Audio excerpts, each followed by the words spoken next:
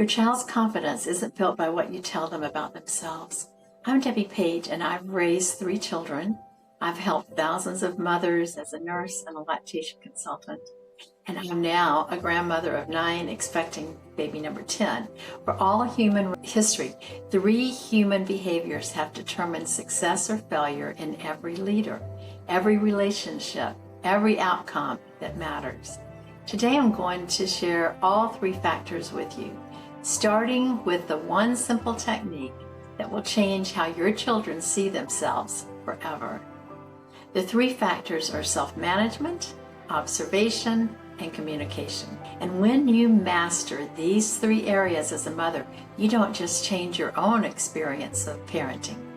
You give your children the foundational skills that they need to succeed in every relationship and challenge they'll face. So let's break it down, each factor, and show you exactly how you can use this in your daily mothering. Self-management. Well, that means you control your emotional responses instead of letting them control you. Your children are watching. They're always watching to see, how do you handle stress, frustration, and disappointment every single day, every moment. And they're learning whether emotions are something to be feared and avoided or acknowledged and managed. And when your toddler has a meltdown in the grocery store, your self-management determines whether this becomes a power struggle that just escalates or a teaching moment that strengthens your relationship. When your teenager comes home late, past curfew, your self-management decides whether you react from anger or respond from wisdom. And here's what self-management looks like, practically. Before you respond to the challenging behavior, take 3 deep breaths.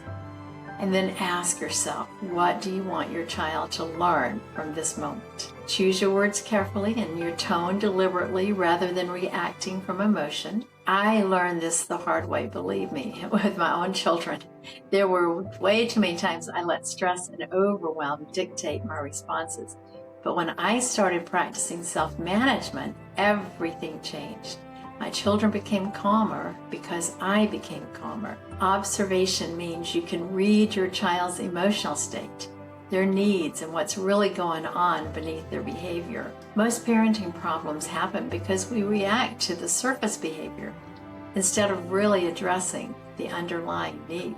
And when your 4-year-old is whining, yes, it's an inappropriate behavior that needs to be corrected. But they're also telling you they need something they don't have words for. When your teenager rolls their eyes, yes, it's disrespectful and unacceptable, but they're also showing you that they feel misunderstood or unheard. Address the disrespectful behavior first, and then look for what's actually happening underneath. Observation requires you to slow down and to really see your child. Look at their body language. Listen to their tone. Notice what time of day problems typically happen, and pay attention to what's been going on in their world in the more recent minutes or hour. And here's a practical way to develop your observation skills. Spend 5 minutes each day just watching one child without trying to fix, correct, or redirect anything.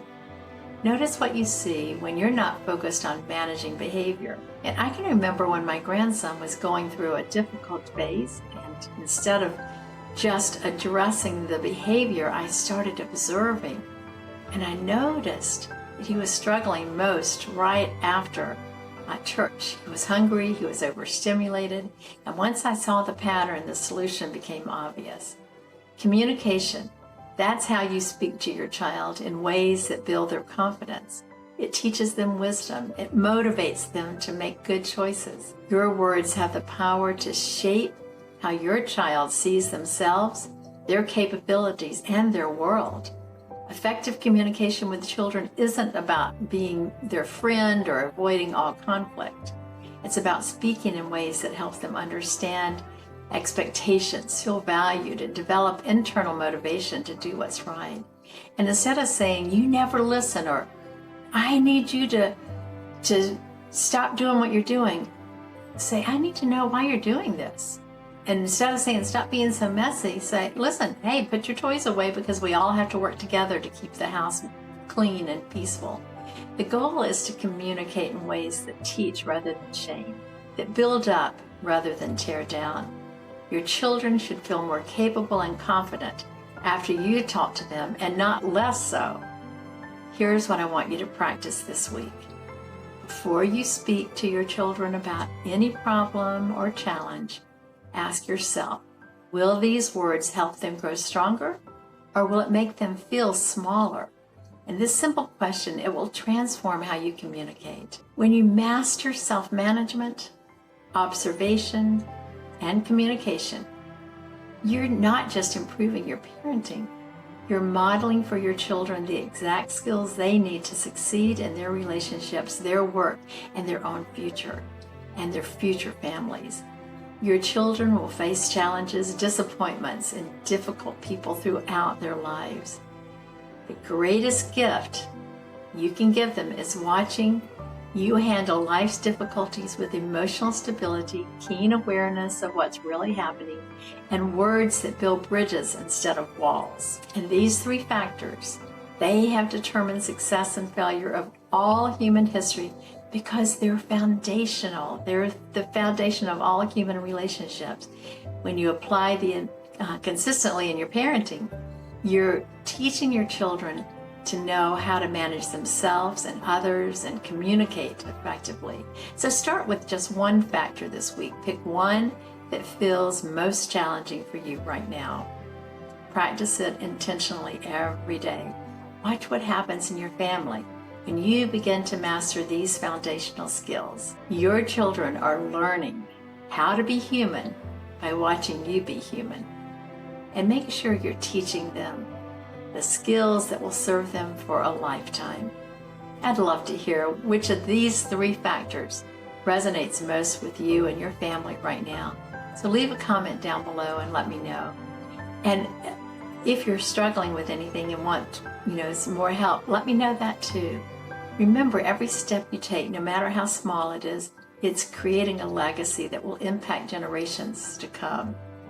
You are a great mom. You're loving your children. You just maybe need some better skills so that you can help your children develop the confidence that they need. First, develop your confidence that yes, you can be in control of your emotions. That will teach your children to be confident.